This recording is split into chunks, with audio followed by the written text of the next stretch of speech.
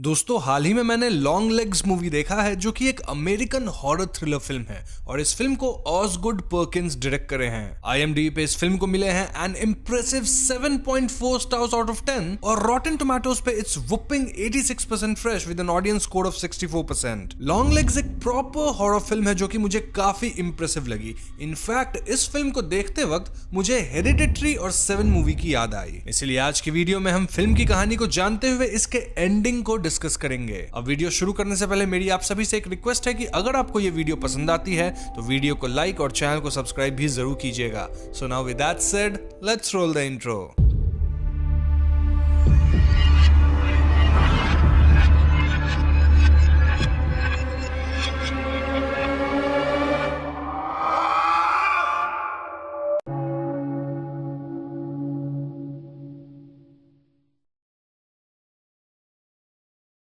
तो फिल्म की कहानी 1974 में शुरू होती है जहां हम ओरेगन स्टेट में एक काफी वाइड सा घर देखते हैं। इस घर में एक बच्ची थी जो कि घर के पास एक कार को आता देखती है। बच्ची अपनी पोलरॉइड कैमरा लेके बाहर जाती है जहां पीछे से उसे एक स्ट्रेंजर आदमी बुलाता है। यह आदमी एकदम पेल था, यानी कि एकदम ही वाइट, इतना कि मानो उसके शरीर में खून ना हो। एंड इन जनरल ये बहुत ही ज्यादा क्रीपी दिख रहा था। आदमी बच्ची से कहता है कि it's almost your birthday and then वो बहुत ही क्रीपीली हंसता है। इस पूरे सीक्वेंस के दौरान हम इस आदमी का चेहरा बहुत क्लियरली नहीं देख पाते एंड सीन यहाँ कट होता है। यहाँ से कहानी 20 साल आगे 1990s में आ जाती है जहां हम ली हार्कर नामक न्यूली रिक्रूटेड FBI एजेंट से मिल पाते हैं। ली अपने पार्टनर FBI एजेंट के साथ एक क्रिमिनल को ट्रैक करने जाती है और वहां समहाउ ली को फील होता है कि क्रिमिनल एक रैंडम घर के अंदर है। ली ये बात अपने पार्टनर को बताती है लेकिन पार्टनर ली की बात को सीरियसली नहीं लेता। स्टिल वो उस घर को चेक करने जाता है जिसे ली पॉइंट आउट की थी एंड टू अ सरप्राइज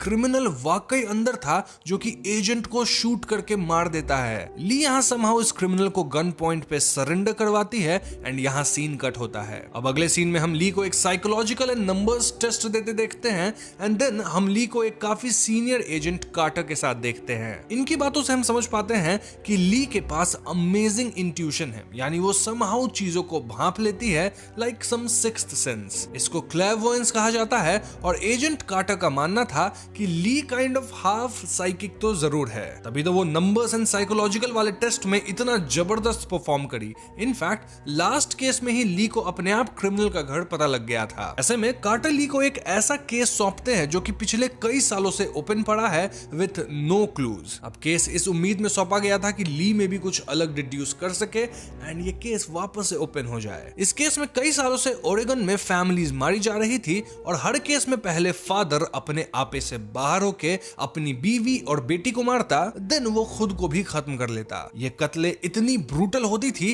कि हस्बैंड वाइफ को 60+ टाइम स्टैब कर देता था। मतलब तब तक चाकू मारते रहो जब तक चाकू टूट न जाए। देन हर एक क्राइम सीन पे एक अजीब सा क्रिप्टिक लेटर मिलता जिसमें किसी तरह की कोड लैंग्वेज में कुछ तो लिखा गया होता था। ये लेटर सैटानिक दिखती थी और हर लेटर पे लॉन्ग लेग्स लिखा गया होता था, डिपिक्टिंग कि लॉन्ग लेग्स ही इन लेटर को लिखा है। इनफैक्ट इस लेटर की जो हैंडराइटिंग थी वो किसी भी विक्टिम के हैंडराइटिंग से बिल्कुल नहीं मिलती थी। तो जाहिर सी बात है कि ये कत्ल और लेटर्स लॉन्ग लेग्स ही कर रहा था। But the question here was कि लॉन्ग लेग्स आखिर है कौन। ली फौरन इस केस के सारे डॉक्यूमेंट्स लेती है और अपनी छानबीन शुरू करती है। ली पाती है कि किसी भी केस में हाउस के अंदर किसी और इंसान की फोर्स्ड एंट्री बिल्कुल भी नहीं थी। सो इट्स सेफ टू से कि हर एक घटना में पिता खुद ही पागल हो के पूरे परिवार को मारा। बट देन हर केस में लॉन्ग लेग्स का लेटर मिला था, मतलब इन कत्लों को समहाउ लॉन्ग लेग्स बिना घर में घुसे ही अंजाम दिया। ली यहाँ कुछ और बातें डिड्यूस करती है, लाइक हर एक विक्टिम फैमिली में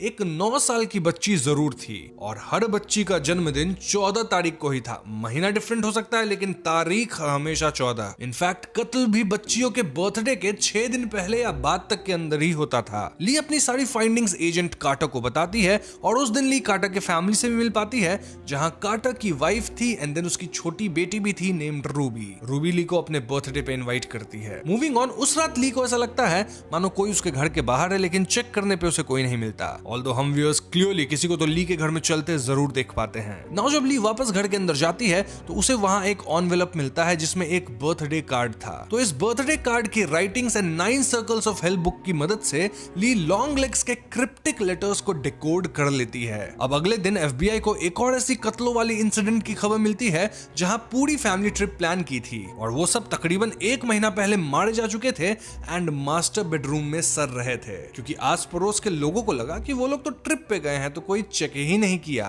now as usual Long Legs यहाँ भी एक लेटर छोड़ा था, और क्योंकि अब तक ली लॉन्ग लेग्स के साइफर को डिकोड कर चुकी थी तो वो ये वाला लेटर इजीली ट्रांसलेट कर लेती है। इतना ही नहीं, हर एक कत्ल के डेट्स को लीनियर कैलेंडर पे मार्क करने के बाद ली को एक रिवर्स ट्रायंगल का शेप मिलता है, जो कि ऑब्वियसली शैतान का सिंबल था। अब इस पैटर्न को कंप्लीट करने के लिए सिर्फ एक डेट चाहिए थी, विच वाज 13th, यानी कुछ ही दिनों में 13 तारीख को लॉन्ग लेग्स फिर से स्ट्राइक करने वाला है। इस पॉइंट पे ली अपनी नई फाइंडिंग्स एजेंट कार्टर को बताती है, साथ ही वो कहती है कि लॉन्ग लेग्स के लेटर में एक बात वो बार बार लिखा था कि उसे कैमरन फैमिली वाली कत्लों के टाइम बड़ा मजा आया था। Now of course Cameron family भी लॉन्ग लेग्स की एक अर्ली विक्टिम्स में से थी, यानी 1974 के दौरान almost, but this case was a little different. क्यों? क्योंकि इस केस में daughter carry N somehow survive कर गई थी और वो फिलहाल एक मेंटल असाइलम में है। ऐसे में काटो अली पहले तो कैमरन फैमिली के फार्म्स पे जाते हैं, जहां छानबीन के बाद उन्हें एक लाइफ साइज डॉल, यानी इंसानों जितना बड़ा डॉल मिलता है, जो कि बचपन वाली कैरी एन जैसे ही दिख रही थी। इस डॉल को ये लोग फौरन चेक करवाते हैं और इन्हें पता लगता है कि ये डॉल्स हैंडमेड हैं। इनफैक्ट इन्हें काफी खूबसूरती से और बारीकी से बनाया गया है। इतना ही नहीं, इस डॉल के हेड में एक हॉलो मेटल का स्फीयर है, और we can say hollow metal orb है, जिसका कुछ सेंस नहीं बनता। अब इस ऑर्ब से किसी तरह की वाइब्रेशंस आ रही थी, और इन वाइब्रेशंस को फील करके ली को अजीब से साइकिक विजन्स आते हैं, जिसमें वो लॉन्ग लेग्स को डॉल्स के साथ देख पा रही थी। इतना ही नहीं, जो बंदा डॉल को एग्जामिन कर रहा था वो तो कहता है कि उसे डॉल के नजदीक आने पे अपनी एक्स वाइफ का नाम सुनाई दिया। ये सब सुन के ली तुरंत डिड्यूस करती है कि हर एक विक्टिम फैमिली को जरूर एक ऐसी डॉल मिली होगी जो कि घर के डॉटर से मिलती जुलती एक लाइफ साइज्ड डॉल होगी। कार्टर ली के इस बोल्ड क्लेम को खारिज तो नहीं करता, ऑल्दो वो इसमें भरोसा भी नहीं कर रहा था। अब यहाँ से सीन शिफ्ट होकर एक अजीब क्रीपी आदमी पे फोकस करती है, जिसे हमने मूवी के स्टार्ट में भी देखा था। यही बंदा लॉन्ग लेग्स है, और हम उसे एक दुकान से बहुत ही वियर्ड वे में कुछ सामान खरीदते देखते हैं। इनफैक्ट हम समझ पाते हैं कि वो अपनी कार में किसी को विजिट करने जा रहा था। खैर इसके बाद लियो कार्टर कैरी एन से मिलने जाते हैं,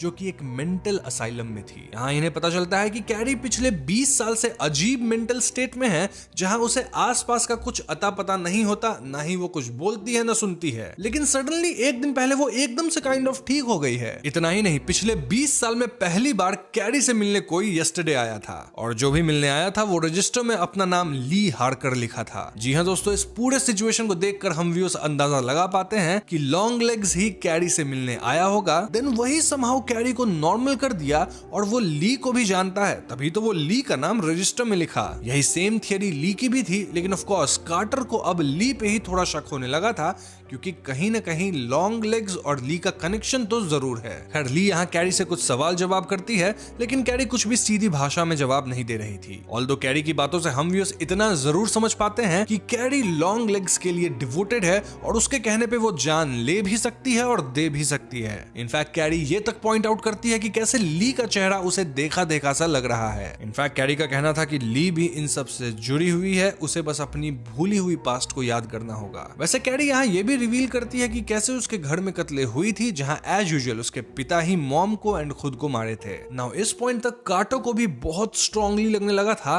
कि ली का भी लॉन्ग लेग्स के केस के साथ कुछ तो कनेक्शन है। इनफैक्ट कार्टर पुराने रिकॉर्ड्स में पाता है कि 13 जनवरी 1974 को ली की मां रुथ पुलिस में कंप्लेन की थी कि कोई तो इंसान उनके घर के नीचे आया है, जो कि अजीब व्हाइट एंड पेल सा दिख रहा है, और वो इंसान छोटी ली, यानी जब ली 9 साल की थी, उससे बात कर रहा था। अब भले आगे कभी इस कंप्लेंट को बढ़ाया नहीं गया, लेकिन this shows some connection, specially this कि ली का बर्थडे भी 14th को ही है। जी हाँ, ऑन 14th जनवरी, और 1974 में ली भी 9 साल की ही हुई थी। तो इतने स्ट्रॉन्ग कनेक्शंस मिलने के कारण कार्टर ली को अपनी माँ के घर जाके पुरानी चीजें चेक करने कहता है, ताकि ली को में भी बचपन की घटनाओं से कुछ याद आ सके। तो ली फौरन अपनी माँ रूथ के घर जाती है, और इनकी कॉन्वर्सेशन से हम समझ पाते हैं कि इन दोनों के रिश्तों में थोड़ी दरार जरूर है। रूथ यहाँ ली से पूछती है कि क्या ली अपने प्रेयर्स करती है, और ली के ना बोलने पर रूथ अजीब तरह से हंसती है। खैर घर में ली को एक बॉक्स मिलता है जिसके अंदर कुछ पोलरॉइड फोटोज थे। इस पॉइंट पे हम व्यूअर्स को ये कंफर्म कर दिया जाता है कि मूवी के पहले सीन में जिस बच्ची को लॉन्ग लेग्स विजिट किया था वो ली ही थी। इतना ही नहीं, बचपन में ली अपने पोलरॉइड कैमरा से लॉन्ग लेग्स की फोटो भी ली थी, और अभी ली को लॉन्ग लेग्स की एक क्लियर फोटो भी मिल जाती है। जी हाँ दोस्तों, ली यहाँ अपनी माँ रूथ से 13 जनवरी 1974 के बारे में पूछती है और रुथ कहती है कि उन्हें कुछ भी याद नहीं है। वैसे रुथ के एक्सप्रेशन से यह क्लियर था कि रुथ कुछ तो छिपा रही है और कुछ फ्लैशबैक से हमें दिखाया भी जाता है कि लॉन्ग लेग्स को देख के ही रुथ उस दिन पुलिस को कॉल की थी। इनफैक्ट वो लॉन्ग लेग्स को कन्फ्रंट भी की थी आस्किंग कि वो उनकी बेटी के पास क्या कर रहा है। लॉन्ग लेग्स यहाँ बस अजीब तरह से हंसा था and this makes us wonder कि आखिर रूथ और ली उस वक्त लॉन्ग लेग्स से बचे कैसे थे। मतलब लॉन्ग लेग्स ही तो सीरियली कितने लोगों को मार रहा है, तो फिर रूथ और ली उस टाइम कैसे बच गए। डोंट वरी, ये राज फिल्म के साथ नहीं जाएगा बल्कि इसका खुलासा जल्द ही होगा। खैर ली को अब लॉन्ग लेग्स का फोटो मिल चुका था और वो ये फोटो कार्टर को देती है। कुछ ही देर में पुलिस वाले इस फोटो की मदद से लॉन्ग लेग्स को अरेस्ट कर लेते हैं। इंटरोगेशन रूम में लॉन्ग लेग्स अजीब बिहेव कर रहा था और पुलिस वाले क्लियरली समझ गए थे कि ये आदमी शैतान की पूजा करने वालों में से एक है। यहाँ एक पुलिस वाली बहुत ही फनी डायलॉग भी बोलती है कि शैतान की पूजा करना अमेरिका में कोई क्राइम नहीं है, तो हम इसे उस बेसिस पे अरेस्ट नहीं कर सकते। जो भी हो, लॉन्ग लेग्स पकड़ा गया था, देन उसकी हैंडराइटिंग मैच हो गई थी लेटर्स से एंड सब कुछ प्रूफ्स मिल गए थे। So the case is closed, right? Wrong, क्योंकि ली को अब ऐसा लगने लगा था कि लॉन्ग लेग्स अकेले ये काम नहीं कर सकता, क्योंकि ध्यान रहे कि किसी भी विक्टिम के घर में ब्रेक इन नहीं हुआ था, तो वो लेटर्स वगैरह कैसे घर के अंदर पाए जाते थे। अब अपनी इस थियरी को कंफर्म करने के लिए ली लॉन्ग लेग्स से पूछताछ करने जाती है और लॉन्ग लेग्स के हाव भाव से क्लियर था कि वो ली को अच्छे से जानता है। लॉन्ग लेग्स कहता है कि I serve the man downstairs, यानी मैं ऐसे इंसान के लिए काम करता हूं जो नीचे रहता है। यहाँ नीचे से अर्थ नरक का हो सकता है या फिर अंडरवर्ल्ड का, एंड दिस टेल्स अस कि लॉन्ग लेग्स शैतान के लिए काम करता है। ली कहती है कि उसे पता है कि इन कत्लों में लॉन्ग लेग्स का कोई और भी साथ दे रहा था, तो वो आखिर कौन है? इस पे लॉन्ग लेग्स जवाब देता है कि ये सवाल तुम अपनी माँ से क्यों नहीं पूछती। इसके बाद लॉन्ग लेग्स हेल सेटन कहता है एंड देन ली के सामने टेबल पे अपना सर पटक पटक के अपनी जान दे देता है। अब ये देखकर ली शॉक में थी, वहीं कार्टर काफी गुस्से में था। क्यों? क्योंकि ली बार बार लॉन्ग लेग्स से पुश कर रही थी कि उसका कोई साथी जरूर है और शायद इससे ट्रिगर होकर लॉन्ग लेग्स खुद को मार लिया होगा। इतना ही नहीं, पैरेलल में कैरी एन भी कूद के अपनी जान दे दी थी इन मेंटल असाइलम। खैर यहाँ लॉन्ग लेग्स ली के माँ को जरूर मेंशन किया था और ऐसे में ली एजेंट ब्राउनिंग के साथ वापस अपनी माँ रूथ के घर जाती है। ली घर के अंदर जाती है लेकिन तभी वो बाहर खिड़की से अपनी माँ को देखती है जो कि नन वाली ड्रेस पहन ली थी और वो एक शॉटगन से एजेंट ब्राउनिंग को मार गिराती हैं। जी हाँ दोस्तों, ली फौरन अपनी पिस्तल अपनी माँ पे तान देती है और यहाँ वो अपनी माँ के सामने एक लाइफ साइज्ड डॉल देखती है जो कि ऑफ कोर्स ली के बचपन वाले यानी 9 इयर्स वाले लुक से रिजेंबल कर रही थी। ली को समझ आने लग गया था कि लॉन्ग लेग्स की पार्टनर और कोई नहीं बल्कि उसकी माँ रूथ है और ऐसे में ली कहती है कि लॉन्ग लेग्स मर चुका है। ये सुनते ही रूथ कहती है कि लॉन्ग लेग्स अब फ्री हो गया है और ली भी अब फ्री है। ऐसा कह के वो अपनी शॉटगन से ली के डॉल का सर उड़ा देती है जिससे डॉल के अंदर वाला मेटल और भी फट जाता है और धुआं निकलने लगता है ब्लैक सा कुछ। इसके ठीक बाद ली को फील होता है मानो उसके ऊपर से किसी तरह का डार्क मैजिक या स्मोक उठ गया हो एंड देन ली वहीं पे बेहोश हो जाती है। अब यहाँ से हमें रूथ के नरेशन के थ्रू पास्ट में ले जाया जाता है जिससे हम समझ पाते हैं कि आखिर 13 जनवरी 1974 को क्या हुआ था। तो उस दिन लॉन्ग लेग्स, जिसका रियल नेम डेल कॉबल है और जो पेशे से डॉल मेकर है, वो 9 साल की होने वाली ली से मिला था और उससे क्रीप आउट होकर रूथ पुलिस को कंप्लेन की थी। उस टाइम तो लॉन्ग लेग्स चला गया लेकिन बाद में वो आके रूथ को बांध दिया और उसे एक चॉइस दिया। चॉइस ये है कि अगर रूथ उसे अंदर आने दी तब तो ठीक है, वरना वो रूथ को बार बार विजिट करेगा, इनफैक्ट वो ली को मार देगा। तो उसी पॉइंट से रूथ लॉन्ग लेग्स की पार्टनर बन गई और यहाँ आप सोच रहे होंगे कि आखिर लॉन्ग लेग्स रूथ एंड ली को ही क्यों चुना। तो वेल, ली के पिता नहीं थे। आइडियली देखा जाए तो लॉन्ग लेग्स जिन्हें भी मारता था वहां फैमिली में पिता ही पागल होकर पूरे परिवार को मारते थे और भले ली का जन्मदिन भी 14th को ही था लेकिन घर में उसके पिता थे ही नहीं। तो हाँ, लॉन्ग लेग्स इसी का फायदा लेके रूथ को अपना पार्टनर बनाया और अब मैं आपको बताऊंगा कि आखिर ये कत्ले होती कैसे थी। तो long legs life sized dolls बनाता था जिसके अंदर वो सैटानिक मेटल स्फीयर रख देता था। इस स्फीयर की वाइब्स ऐसी थी कि वो किसी भी फैमिली में जो मेन पिता मेंबर होता है उसको पागल कर देगा, जिसके बाद पिता अपनी पत्नी को मारेगा, देन बेटी को एंड फाइनली खुद को खत्म कर लेगा। अब ये डॉल्स विक्टिम्स तक पहुंचाए कैसे जाते थे? यहीं पे काम आती थी रूथ जो कि नन का ड्रेस पहनती थी और विक्टिम के घर जाके कहती थी कि उन्होंने चर्च की तरफ से कॉन्टेस्ट में एक गिफ्ट जीता है। नाउ चर्च से कुछ भी आया है तो लोग उस पर शक नहीं करते हैं। एंड गिफ्ट क्या होता है? वेल, वही लाइफ साइज डॉल जो कि उनकी 9 साल की बेटी की तरह ही दिखती है। इसी गिफ्ट पैकेज में यूजुअली लॉन्ग लेग्स का लेटर भी होता था एंड जैसे ही फैमिली गिफ्ट ओपन करती पति पागल होकर पूरी फैमिली को ही मार देता। तो हम कह सकते हैं कि लॉन्ग लेग्स के हर एक डॉल में शैतानी शक्ति थी। इनफैक्ट जो डॉल वो ली के लिए बनाया था उस डॉल के कारण ही ली को अपने बचपन बचपन का ज्यादा कुछ याद ही नहीं रहता था। जी हाँ दोस्तों, ली इतनी भ्रमित थी कि उसे ये तक कभी नहीं पता चला कि लॉन्ग लेग्स उसकी माँ के घर के बेसमेंट में ही रहता था और वहीं पे डॉल्स बनाता था। तभी तो जब फाइनली ली वाली डॉल को शॉटगन से उड़ा दिया गया तो ली को सब कुछ याद आया, क्योंकि वो मेटल ऑर्ब, सैटेनिक मेटल ऑर्ब, वो टूट चुका था और उसी की मैजिक उठने के कारण ली बेहोश हुई थी। अब क्या आपको याद है कि लॉन्ग लेग्स कहा था कि I serve the man downstairs? Well, देखा जाए तो Ruth was also serving a man downstairs. मतलब लिटरली लॉन्ग लेग्स रूथ के घर के बेसमेंट में रहता था। सो वी कैन से कि लॉन्ग लेग्स शैतान का ही एक डिपिक्शन है। खैर, अभी लॉन्ग लेग्स का काम खत्म नहीं हुआ था, क्योंकि एक परिवार का कत्ल होना बाकी था ना। उसी कत्ल के बाद तो इन्वर्टेड ट्रायंगल कंप्लीट होगा। तो हाँ, ली को होश आता है और उसे अपनी माँ के घर में फोन पे कॉल आता है, जहां दूसरी साइड से कॉलर कहता है कि वो रूबी की बर्थडे पार्टी मिस कर देगी। ये आवाज लॉन्ग लेग्स की लग रही थी, बट सिंस वो मर चुका है वी कैन अज्यूम कि ये कॉल शैतान खुद किया होगा या फिर ये रूबी के मन में है। इस पे आगे थ्योरी में बात करेंगे। वैसे इस कॉल का मतलब ये था कि लॉन्ग लेग्स की अगली victim Ruby and her family है,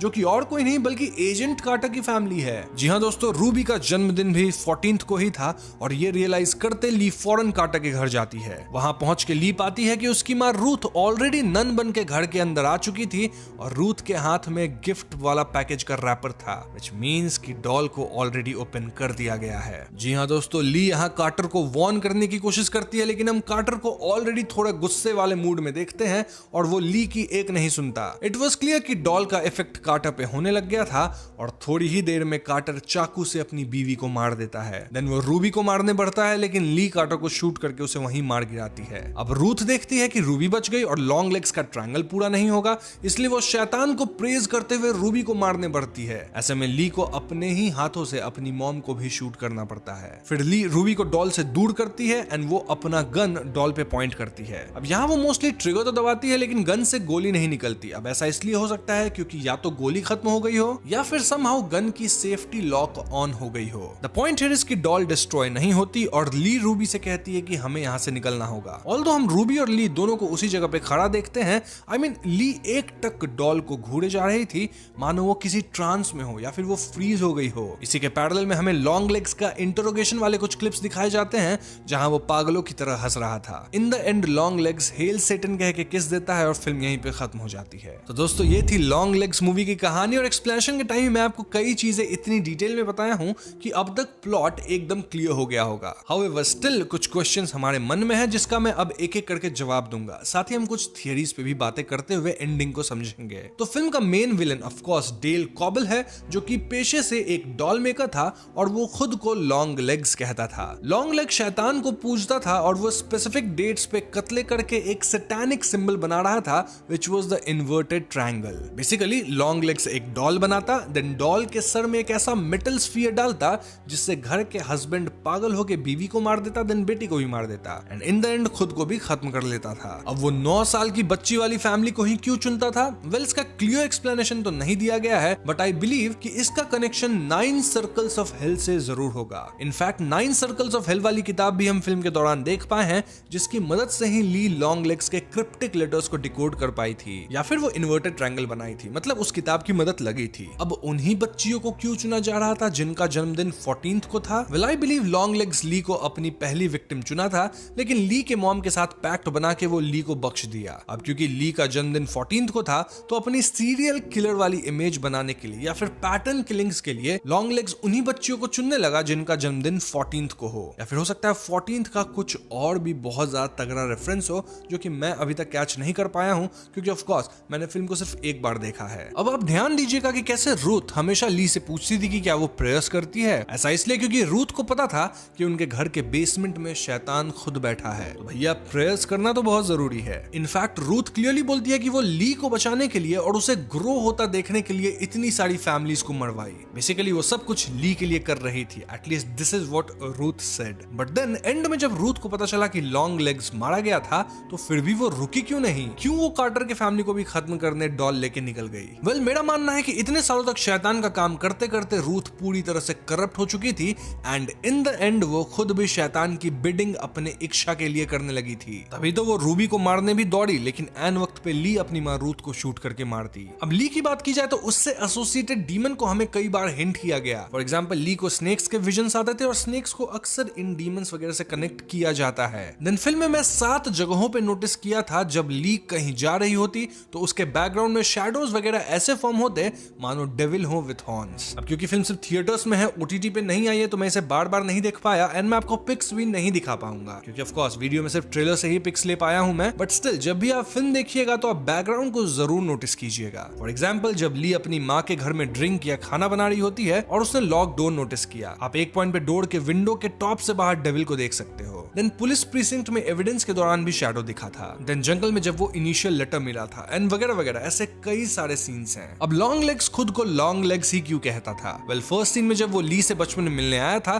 तो वो ये बात मेंशन करता है। वो ली से बच्चे की तरह अप्रोच करने की कोशिश करता है पर कहता है ओ सॉरी मैं अपने लॉन्ग लेग्स लेके आ गया। मतलब उसे ली से बात करने के लिए झुकना पड़ा और शायद यहीं से लॉन्ग लेग्स नाम उसके दिमाग में आया होगा। एक और सवाल ये कि कैरी एन कैसे बची थी और उसका क्या हुआ? वेल कैरी एन मोस्टली इसलिए बची क्योंकि लॉन्ग लेग्स को उस वाली किलिंग्स के दौरान कुछ ज्यादा ही मजा आया एंड इन टर्न वो कैरी एन को बख्श दिया। लेकिन ये सिर्फ एक बॉट टाइम था, मतलब सिर्फ बख्शा था कुछ समय के लिए, क्योंकि लॉन्ग लेग्स के मरने के बाद कैरी कूद के खुद को मार ही ली और वो भी खुद को 13 तारीख को ही मारी थी, हेंस कंप्लीटिंग द पैटर्न। हम सब जानते हैं कि कैरी तो ऐसे भी पूरी तरह से उसके कंट्रोल में थी ही, तभी तो लॉन्ग लेग्स एक विजिट में कैरी के 20 साल के मेंटल स्टेट को ठीक कर दिया था और लॉन्ग लेग्स से उसको ऐसा इंस्ट्रक्शन दिया होगा कि एक पर्टिकुलर टाइम पे उसको कूद के अपनी जान दे देनी है। Now the final question is कि मूवी के एंड में क्या हुआ? इसको लेकर इंटरनेट पे कई थियरीज है, लेकिन मैं आपको 2 मेन थियरीज बता देता हूँ। पहली थ्योरी तो एकदम पॉजिटिव एंड ऑप्टिमिस्टिक वाली है, जहां लोग मान रहे हैं कि ली डॉल को आगे डिस्ट्रॉय कर देगी एंड देन वो रूबी को पालेगी। यहाँ एक डेविएशन ये भी हो सकता है कि भले ली डॉल को डिस्ट्रॉय ना करी हो बट स्टिल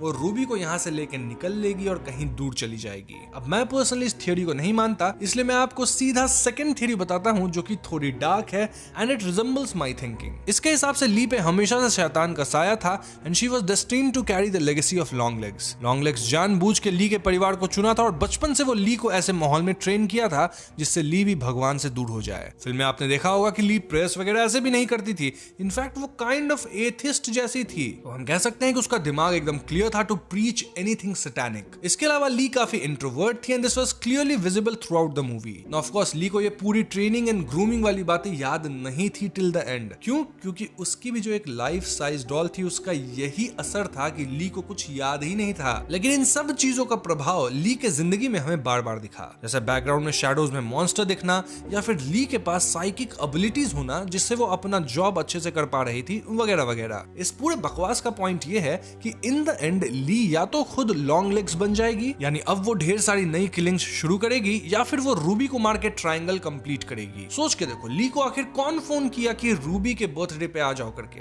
लॉन्ग लेग्स तो मर चुका था और हम फिल्म में शैतान को लिटरली कहीं भी नहीं देखे, तो शैतान खुद कॉल थोड़ी किया होगा। आई बिलीव कि ली के सबकॉन्शियस माइंड को पता था कि फाइनल विक्टिम कौन हो सकती है और फोन कॉल आना वो सब बस मेटाफोरिकली हमें दिखाया गया है। यानी ली उस पूरे कॉन्वर्सेशन को इमेजिन करेगी, ऑल्दो एंड तक ली अपने कॉन्साइंस को बचा के रखी थी, तभी तो वो रूबी को बचाई। बट शायद इन द एंड ली भी टूट गई and she will now walk on Satan's path. Lee का उस डॉल को एक टक घूरे जाना और पिस्टल से शूट नहीं करना इसी बात को डिपिक्ट करता है। लेकिन हाँ, अगर आप इतना डार्क नहीं जाना चाहते तो आप मान सकते हैं कि ली यहाँ रूबी को बचा लेगी और उसे एक अच्छी लाइफ देगी। पिस्टल में शायद गोली नहीं थी इसलिए शूट नहीं हुई और ली उस टाइम बस बहुत ही आश्चर्य में थी, इसलिए वहां रुक गई थी और बस बोल रही थी कि हमें यहाँ से निकलना है, लेकिन निकल नहीं रही थी। So you can either choose the light और डार्क। और यहाँ मैं आपसे पूछना चाहूंगा कि आप कौन सी थ्योरी में मानते हैं, अच्छी वाली में या फिर थोड़ी डार्क वाली में? अपने जवाब हमें कमेंट्स में जरूर बताइएगा। साथ ही अगर मैंने यहाँ कुछ मिस किया है या फिर आपके पास कुछ अमेजिंग थियरीज है एडिशनल जोड़ने के लिए, तो वो भी मुझे कमेंट में बताना। लाइक आई सेड, मैंने मूवी एक बार ही देखा है तो हो सकता है यहाँ मुझसे कुछ चीजें मिस हुई हो। ओवरऑल मुझे लॉन्ग लेग्स मूवी काफी पसंद आई है